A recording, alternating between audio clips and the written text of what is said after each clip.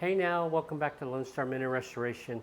Today I'm merely going to remove the camshaft of my 1275 engine.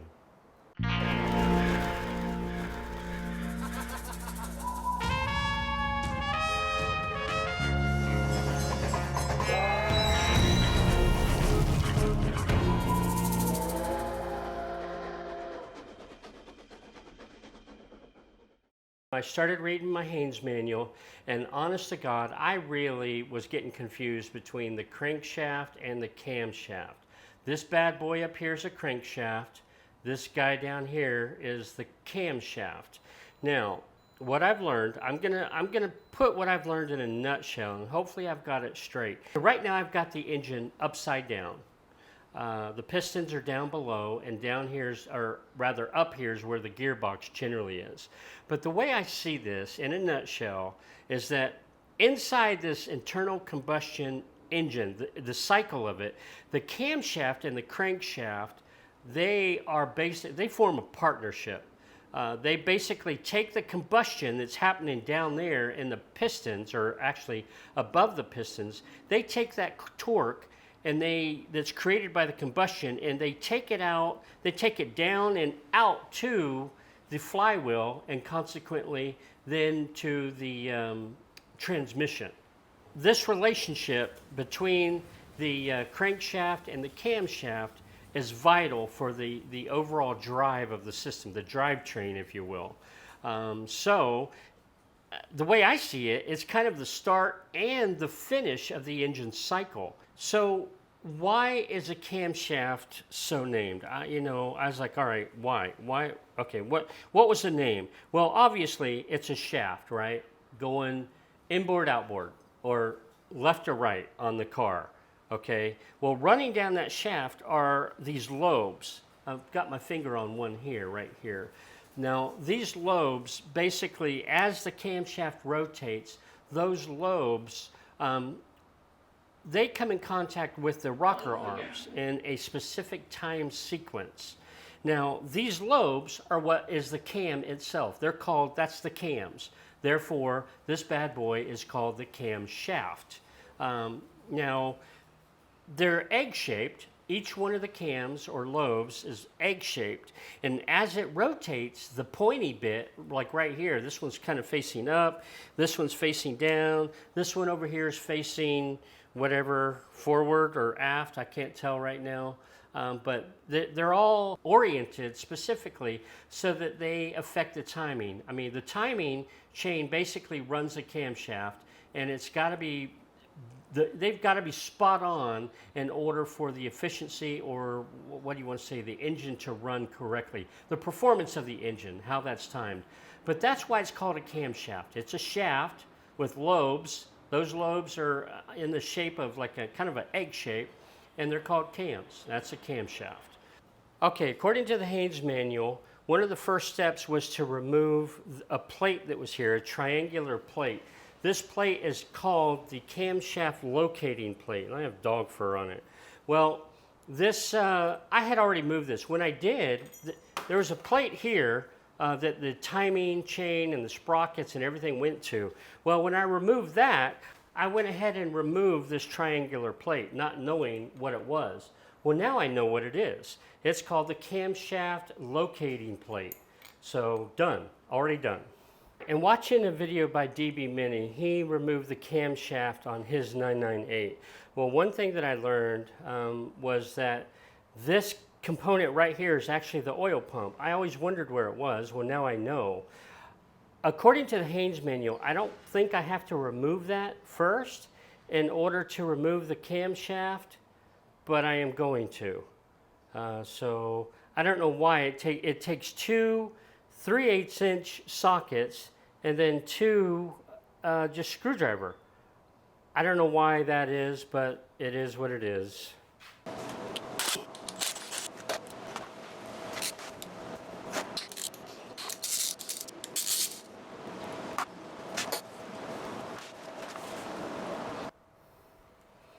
All right, so I guess, whoa, that just comes right off. All right, so that bad boy is the oil pump. The oil pump is gone. The camshaft locating plate is out. What I have done, the Haynes manual tells you to turn the engine up on its side. It doesn't tell you which side. I don't know that it makes a difference, but it doesn't tell you that. So in order to get the tappets out. However, yeah, I think I have studied this engine looking in here, and so Paul Jeffries told me to turn the engine upside down. And we didn't go into detail, but after he told me that, I studied it and I was looking in from an angle, and it looks like by turning the engine upside down, all the tappets fall to the top part of the engine block. It's upside down, remember, so they fall downward. Therefore, I've taken my flashlight in the mirror and I've looked in there. So now when I pull this camshaft out that direction, there should be no interference in theory, right? There should be no interference. And Dave Turner with Classic Car Cave, he confirmed that with me. So now I feel fairly comfortable. I'm going to attempt to pull this out. Now I'm told you have to be careful not to knock things around and mess things up. So I'll try to be as gentle as I can in pulling this bad boy out. Oh, that was easier than I expected. All right. Basically, I got on this side of the engine and I pushed through the oil pump area. And I'm just going to kind of help it along so that I don't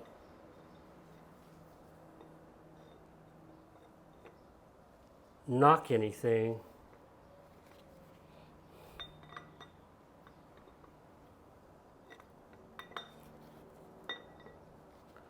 All right. Voila. I have a camshaft. Now this is where the tip comes in that Paul Jeffries told me. I'm assuming those silver things down there, they look like batteries to me. They look like, you know, little cell batteries. I'm told since the engine is upside down, just to use an extension magnet like this and to pull them out. So that is the plan. Well, now I'm also, according to the Haynes manual, it says to keep these bad boys in order, so they go back in where they came out. So I'm going to try to do that. I'll take them one out at a time. Oh, there you go. All right. So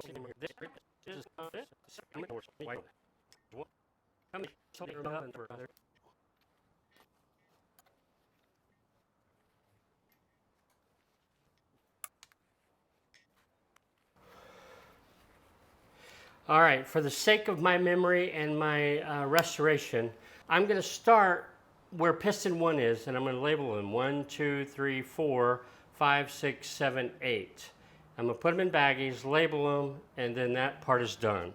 All right, so before I end this one, even though my goal was to get the camshaft out, there's that bad boy right there at the end of my fingertip. Oh, what did DB Mini? I watched DB Mini, and I think he called it a drive shaft drive spindle or something.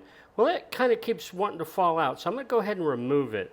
I don't know what step you're supposed to remove it, but it comes right out, so let me go ahead and remove that.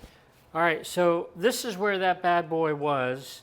It's on the front side of the engine, or at least that's where it comes out. Yeah, it keeps wanting to just kind of fall out like that. So I'm just going to pull it out nice and clean. So that's it. Drive shaft, drive spindle, I think is what DB called it. Anyhow, I don't know what step this is supposed to come out, but it's now out. Okay, so what I have done is I have put all of the tappets in their individual bags. I labeled the first bag, tappet number 1, closest to radiator, basically cylinder 1, same as cylinder 1. I put them all in their individual bags, and so I can keep them, so that way if I reuse them, they will go back into the same place. All right, but the camshaft is now out. And just like what I learned before I pulled it out, let's see if I can show you one. Like here, These cams are actually egg-shaped. As the shaft rotates, this pointy bit right here comes in contact with the valve and the rocker arm, and it basically pushes it open. Now, I believe the valve is spring-loaded, so when it passes it, then the spring loading of the valve automatically makes it close. So this really just opens the valve. And I believe that you can get different camshafts basically with different variations to this shape. I'm guessing the differences basically change the performance of the engine. Will I end up using this camshaft in this engine?